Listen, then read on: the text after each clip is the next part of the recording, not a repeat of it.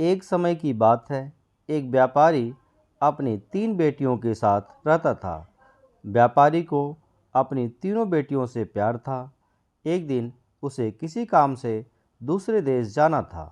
जाने से पहले व्यापारी ने अपनी तीनों बेटियों को अपने पास बुलाया और पूछा, मेरी प्यारी बच्चियों, कहो मैं परदेश से तुम तीनों के लिए क्या लाऊं? पहली बेटी ने सुंदर कपड़े और दूसरी बेटी ने गहने मंगवाए। तीसरी बेटी, जिसका नाम ब्यूटी था, उसने अपने पिता से कहा कि वह उसके लिए एक गुलाब का फूल ले आए। व्यापारी ने अपनी तीनों बेटियों से उनकी उपहार लाने का वादा किया और अपने सफ़र पर निकल पड़ा।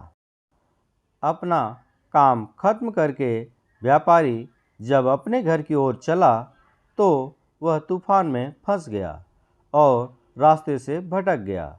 बहुत कोशिशों के बाद भी वह अपने घर का रास्ता ना ढूंढ सका। तब तक तो अंधेरा भी हो चुका था। तभी अचानक उसकी नज़र एक रोशनी पर पड़ी जो दूर एक महल से आ रही थी। व्यापारी ने सोचा, शायद महल में उसे रात बिताने की जगह मिल जाए, इसलिए वह उस तरफ चल पड़ा। जब व्यापारी महल में पहुंचा तो महल में कोई भी नहीं था। उसने हर तरफ देखा, लेकिन उसे महल में कोई नहीं मिला। आश्चर्य की बात थी कि खाने की मेज पर कई प्रकार के स्वादिष्ट व्यंजन रखे हुए थे, परंतु उन्हें खाने वाला कोई नहीं दिख रहा था। भोजन को देखकर व्यापारी की भूख और भी बढ़ गई, इसलिए उसने भरपेट खाना खाया और एक कमरे में मुलायम गद्दों पे सो गया। सुबह व्यापारी ने जब महल के बागीचे में सुंदर गुलाब खिले देखे तो उसे ब्यूटी से किया हुआ वादा याद आ गया। उसने एक फूल तोड़ा और घर की ओर जाने लगा।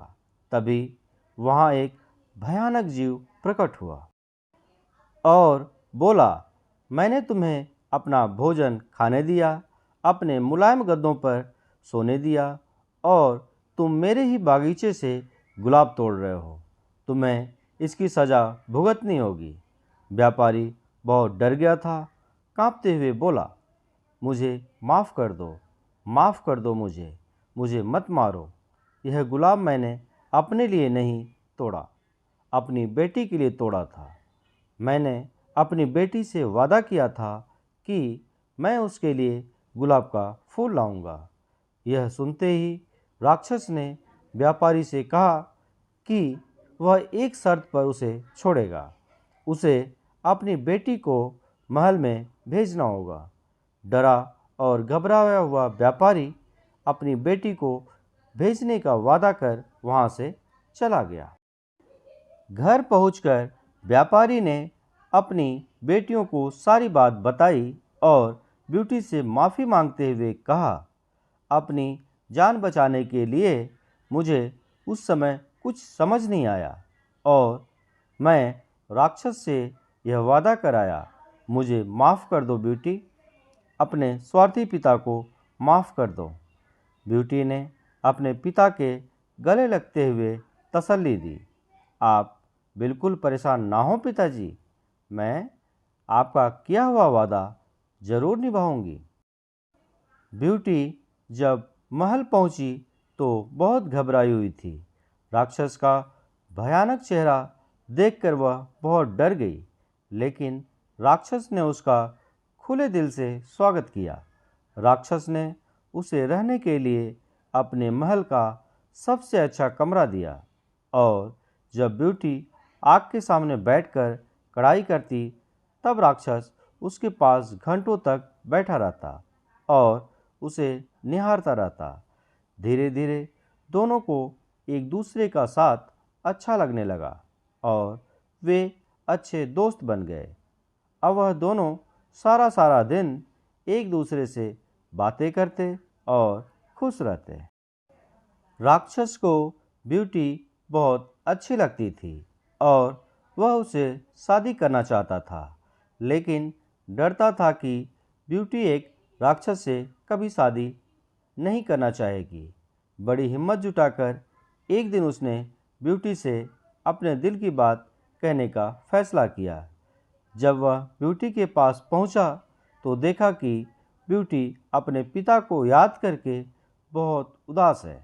उससे ब्यूटी की उदासी देखी नहीं गई और उसने ब्यूटी को एक जादुई शीशा दिया जिससे वह अपने पिता को देख सके। ब्यूटी बहुत खुश हुई, लेकिन जब उसने अपने पिता को देखा तो वह बहुत बीमार थे।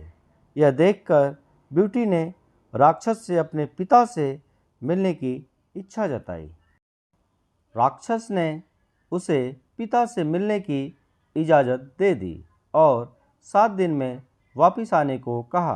ब्यूटी ने तय समय में आने का वादा किया और अपने घर चली गई।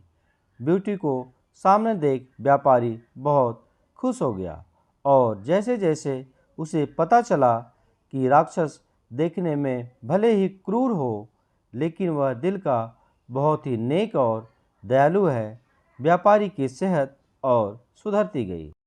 परिवार से मिलने की खुशी में 7 दिन कब निकल गए ब्यूटी को पता ही नहीं चला। एक दिन ब्यूटी ने सपना देखा कि राक्षस की हालत बहुत खराब है और जल्दी ही मरने वाला है। अगले ही दिन वह महल वापस आ गई और उसने पाया कि राक्षस बगीचे में बेसुध पड़ा हुआ था, जैसे वह मर चुका हो। ब्यूटी उसे देखते ही रो पड़ी। तुम मुझे छोड़कर मत जाओ, मैं तुमसे बहुत प्यार करती हूँ और तुमसे शादी करना चाहती हूँ। मैं अपनी सारी ज़िंदगी तुम्हारे साथ बिताना चाहती हूँ। जैसे ही ब्यूटी ने यह शब्द कहे, एक रोशनी ने राक्षस को ढक लिया और जब रोशनी गायब हुई तो भयानक और क्रूर दिखने वाला राक्षस एक खूबसूरत राजकुमार में बदल चुका था। राजकुमार ने बताया कि एक दुष्ट जादूगरनी ने उसे एक राक्षस बना दिया था और सच्चे प्यार से ही उस जादू को तोड़ा जा सकता था।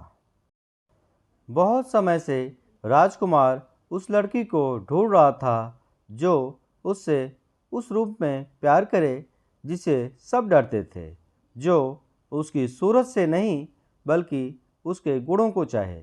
आखिरकार राजकुमार को उसका सच्चा प्यार मिल गया और वह बहुत खुश था।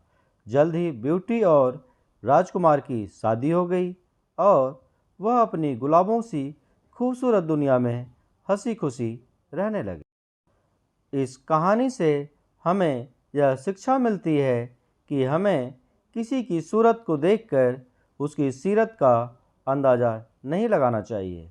इंसान का बाहरी रूप सिर्फ दिखावा है, उसका साफ दिल, उसके गुण देखकर इंसान से प्यार किया जाता है।